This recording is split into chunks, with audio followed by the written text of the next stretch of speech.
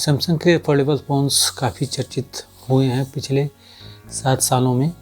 ये 8वां साल है सैमसंग Z Fold 8 का, जो 8वां साल है फोल्डेबल फ़ोन्स बनाने का। इसमें उसने कुछ चेंजेस करने की कोशिश की है। जो रेगुलर Z Fold 8 होगा वो Z Fold 8 7 का सक्सेसर होगा, लेकिन उसके साथ एक और फ़ोन लॉन्च कर सकता है सैमसंग, जिसकी अभी चर्चा नहीं है। वो थोड़ा Z Fold जो रेगुलर है Z Fold 8 उससे थोड़ा सा अलग होगा।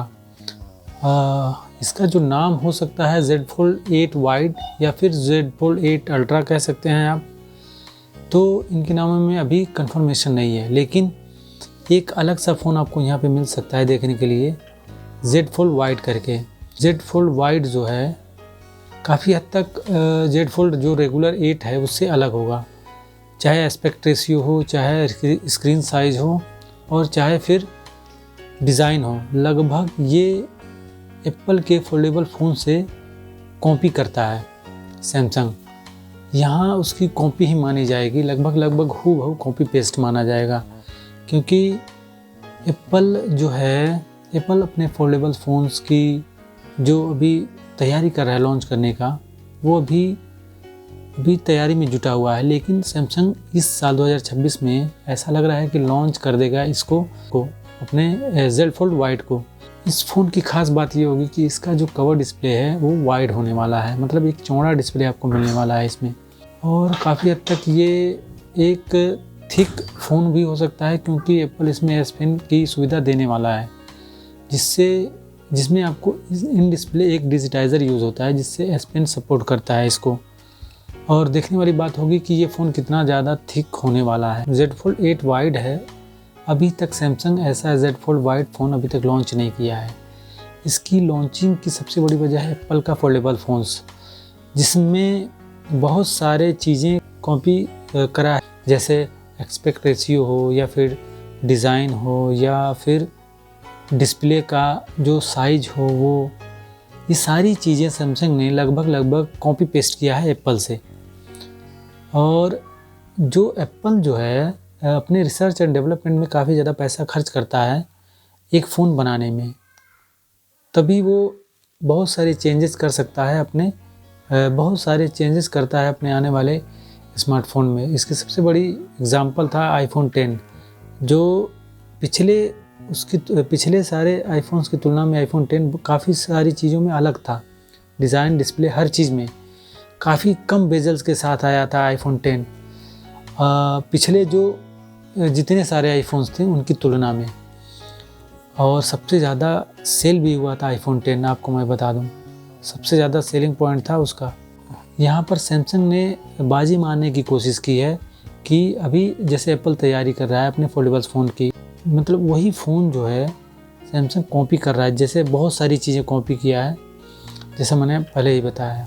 यहाँ आप डिस्प्ले की अगर तुलना करें एप्पल से, तो सैमसंग हो सकता है कि same to same wide screen के साथ ये फ़ोन लॉन्च करे, और हूबहू या तो सैमसंग कॉपी कर सकता है, जैसे इसका जो राउंड कॉर्नर है, जो एप्पल का फोल्डेबल फ़ोन है उसका जो कॉर्नर है उसका राउंडेड कॉर्नर है, लेकिन सैमसंग को ज़्यादातर जो है शार्प कॉर्नर अच्छा लगता है। तो हो सकता है इन दोनों चीज़ों में आपको एक शार्प कॉर्नर मिले सैमसंग में और राउंड कॉर्नर मिले एप्पल के डिवाइस में।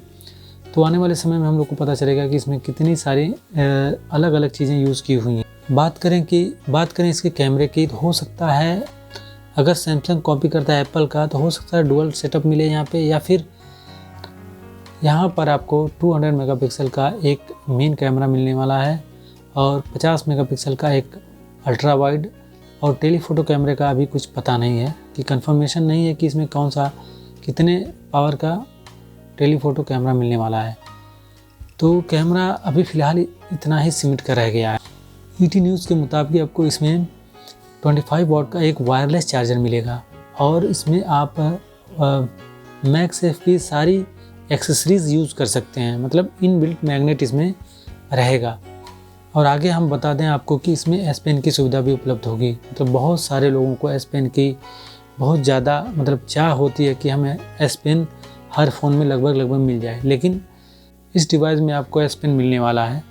और इसकी वजह से हो सकता है कि सैमसंग Z Fold वाइड आपको थोड़ा सा थिक मिले, क्योंकि जो S Pen जब सैमसंग यूज़ करता है तो जो उसकी जो डिस्प्ले की थिकनेस है वो बढ़ जाती है, क्योंकि उसमें एक डिजिटाइज़र यूज़ होता है जिससे उसका थिकनेस बढ़ जाता है। तो आपको इसमें S Pen मिलने वाला है। यहाँ आप लोग सोच रहे होंगे कि ऑलरेडी सैमसंग इतने अच्छे फोल्डेबल फ़ोन्स बना रहा है तो Z Fold 8 वाइड की क्या ज़रूरत है। इसकी सबसे बड़ी वजह है एप्पल जो अपना फोल्डेबल फ़ोन लॉन्च करने वाला है, उसमें जो डिज़ाइन है वो थोड़ा सा जो रेगुलर फोल्डेबल फ़ोन है उससे अलग है। अभी वो लॉन्च नहीं है, अभी उसका नैरेटिव चल रहा है, लेकिन सैमसंग यहाँ उस नैरेटिव को कैप्चर करके उससे पहले ही ये फ़ोन्स लॉन्च करना चाहता है, ताकि मार्केट जो है कैप्चर कर सके एप्पल से पहले ही।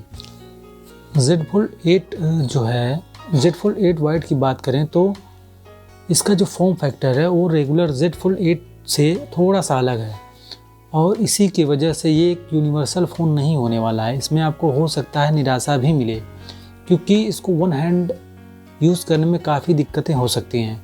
लेकिन एक प्लस पॉइंट ये भी है, इसमें मल्टीटास्किंग बहुत बेहतरीन होने वाला है।